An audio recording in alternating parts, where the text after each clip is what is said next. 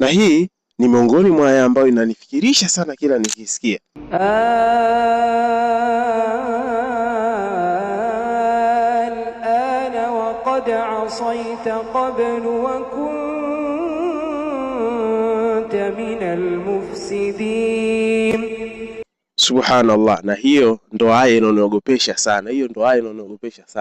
Hili swali aliulizwa Firauni wakati anaingizwa katika, anazamishwa kwenye bahari na jeshi lake, baada ya kusema kwamba nimemwamini Mungu ambaye kwamba hapana mola apasaye kuabudiwa kwa haki isipokuwa wewe, ambao wamemwamini wana wa Israeli. Kwa hiyo Mwenyezi Mungu anamuuliza, sasa hivi ndio umeamini na ushaasi kabla ya hapa, na ulikuwa ni miongoni mwa waliofanya ufisadi katika ardhi? Hili ndo swali naliogopa na ndo haya inaniwazisha sana. Tusije tukafikia hali hiyo ndugu zangu. Tufanye ibada wakati ambao kwamba umri wetu tuna nguvu zetu. Tusije tukataka kutubia wakati ambao tunajua kabisa hapa sisi wa kupona, sisi ni wakufa.